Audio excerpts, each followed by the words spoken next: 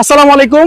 আজকে best communication স্কিলের একটা দুর্দান্ত টিপস দিব আপনাদেরকে। তো যখন আপনি একজনের সাথে কমিউনিকেশন করবেন তখন তার দুইটা জিনিস ম্যান্ডেটরি দেখবেন, একটা হলো অ্যাটিটিউড, একটা হলো পার্সোনালিটি। তার অ্যাটিটিউড প্রথমে দেখবেন, কারণ হলো তার ব্যবহার যদি বিনয়ী না হয় কিংবা সে যদি একটু রুক্ষ হয় তাহলে তার পার্সোনালিটির উপর কিরকম প্রভাব পড়ে সেটা আপনি বিচার করতে পারবেন।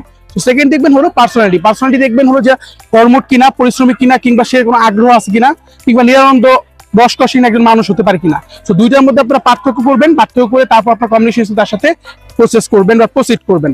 So this is the skill set. আপনারা যদি এরকম টিপস গুলো আরো পেতে চান তাহলে আমার পেজে লাইক করেন, সাবস্ক্রাইব করেন আমার ইউটিউব চ্যানেল। আসসালামু আলাইকুম।